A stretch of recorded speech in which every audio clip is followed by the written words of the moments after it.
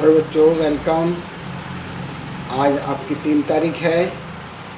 घर्षण बल का चैप्टर आपका चल रहा है घर्षण में आज जो है लॉटनी घर्षण बल के बारे में बताएंगे।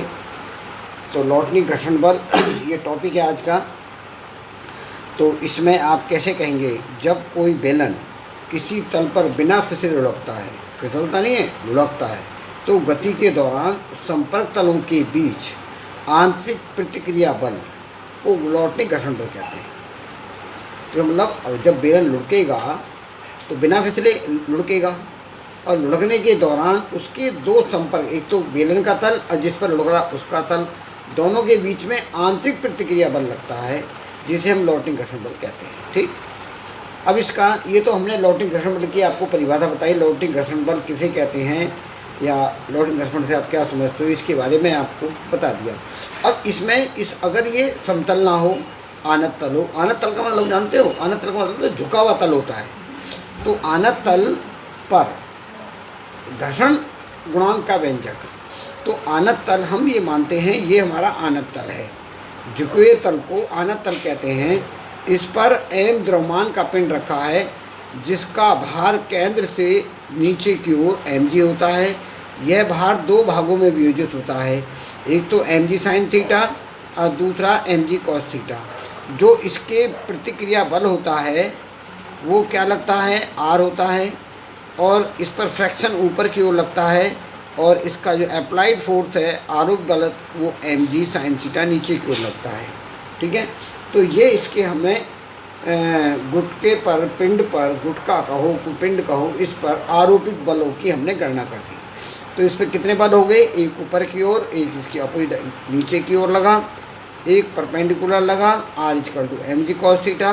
r किसके बराबर होगा, mg cos थीटा के। fs किसके बराबर होगा, mg sin थीटा के। और कोई बल थोड़ी लगा है, केवल ये बल है। ये mg sin थीटा किससे बना, भार से। भार क्या है हमारा, mg क्या भागों में टूटा, mg cos theta, mg sin theta. fs किसके बराबर हुआ, mg sin थीटा की। mg cos थीटा किसके बराबर हुआ, प्रतिक्रिया बल r की। तो अब हमने क्या करा, m द्रव्यमान का पिंड लिया। m द्रव्यमान के पिंड का क्या हुआ, द्रव्यमान भार कितना हुआ, mg। तो हम कैसे लिखेंगे इसे, माना m द्रव्यमान का गुटका आनत तल पर रखा है, हमने रख दिया आनत तल पर, और आनत तल के क्षैतिज से थीटा कोण बनाता है। जो आनत तल होता है क्षैतिज से कितना कोण बनाता है, ये थीटा कोण बनाता है। तो भार mg दो घटकों में वियोजित होता है। भार जो होता है इसका mg दो घटकों में वियोजित होता है। तो तल के समांतर कौन सा होता है, fs किसके बराबर होता है, mg sin थीटा, जो हमने डायग्राम में शो करा, भी आपको बताया था। और तल के लंबवत कौन सा होता है, r क्या होता है, प्रतिक्रिया बल किसके बराबर होता है, mg cos थीटा की। तो इसका मतलब हमें जो संतुलन अवस्था जो हमारी होती है, ये तो हमने बलों को वियोजित कर दिया। संतुलन अवस्था में क्या होता है, जो fs जो होता है वो mu s r equal to 0 होता है संतुलन अवस्था में। इसका मतलब हम ये कह सकते हैं fs equal to mu s r के बराबर होता है। ये भी कह सकते हैं इसे, क्योंकि इस संतुलन अवस्था में जो इसका प्रणय बल होता है वो क्या होता है, शून्य होता है। तो fs equal to mu s into r, तो हम कह सकते हैं mu s equal to fs upon r। Mu s क्या है, म्यू एस किसे कहते हैं, स्थिति घर्षण गुणांक होता है। तो fs का मान आपको पता है, r का मान आपने पहले निकाल दिया। तो fs का मान कितना है, mg sin थीटा, और r का मान कितना है, mg cos थीटा। तो mg से mg काटा तो sin थीटा बटे cos थीटा क्या हुआ, tan थीटा। तो म्यू एस का मान कितना हुआ, tan थीटा। तो क्या कह सकते हैं इसे अगर हम शब्दों में लिखना चाहें म्यू एस बराबर tan थीटा को, तो कैसे लिखेंगे, हम कहेंगे आनत तल के जिस झुकाव कोण पर फिसलता है इसे सर्पी घर्षण कोण कहते हैं।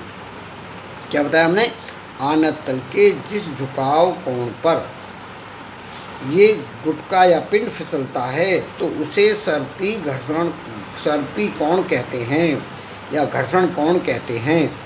दूसरा नाम क्या है घर्षण कोण होता है। अतः सीमांत घर्षण गुणांक सर्पी घर्षण कोण की इस पर जाके बराबर होता है। सीमांत घर्षण गुणांक जो होता है किसके बराबर होता है, सर्पी घर्षण कोण की इस पर जाके बराबर होता है। अब देखिए इसमें मैंने आपको एक एक तो डेफिनीशन, होमवर्क में क्या करना है, एक तो डेफिनीशन लर्न इट, इसे पहले तो आपको लर्न करना है। एक तो मैंने डेफिनीशन कराई है 1.1, एक दूसरा पॉइंट, 2 पॉइंट दिए हैं, ये आपको लर्न करने हैं जो आज today, learn today work, TW today work 1 और 2 पॉइंट, ठीक है। फिर उसमें और अपना जो वर्क होता है कंप्लीट करना है, कंप्लीट वर्क को क्या करना है, आपको कंप्लीट करना है। वर्क कंप्लीट करेंगे और आपका कार्य पूर्ण हो जाएगा। तो ये जो मैंने आज आपको समझाया है, ये आपको सारा याद करके लाना है। तो ये टुडे होमवर्क में आज का जो काम है, जो मैंने आपको समझाया है, एक तो बताया लोटिंग घर्षण बल, जब कोई पिंड, जब कोई बेलन किसी तल पर बिना फिसले लुढ़कता है तो गति के दौरान उसके बीच आंतरिक प्रतिक्रिया बल लगता है, जिसे लौटने घर्षण बल कहते हैं। आनत तल किसे कहते हैं, क्षैतिज तल के साथ जितने कोण पर कोई तल झुका होता है उसे अनत तल कहते हैं, या कह सकते हैं झुके तल को आनत तल कहते हैं। आनत तल पर हमें कोई पिंड रखते हैं, वो उसकी गति नीचे की ओर होती है, घर्षण बल ऊपर की ओर लगता है। तो घर्षण बल उसके mg cos थीटा के बराबर होता है, समांतर घटक के रूप में, लंबवत घटक के रूप में r mg cos थीटा होता है। फिर दोनों को भाग कर देंगे, भाग करके उसकी वैल्यू निकालेंगे तो tan थीटा म्यूएस आता है। तो इसका हम ये कह देते हैं कि इसका सीमांत घर्षण गुणांक सर्पी घर्षण कोण की स्पर्धा के बराबर होता है। इसे अच्छी तरह आप याद करेंगे, ये एग्ज़ाम में आएगा, इसे आप अच्छी तरह तैयार करें। इतना ही आपके लिए आज का काफ़ी है।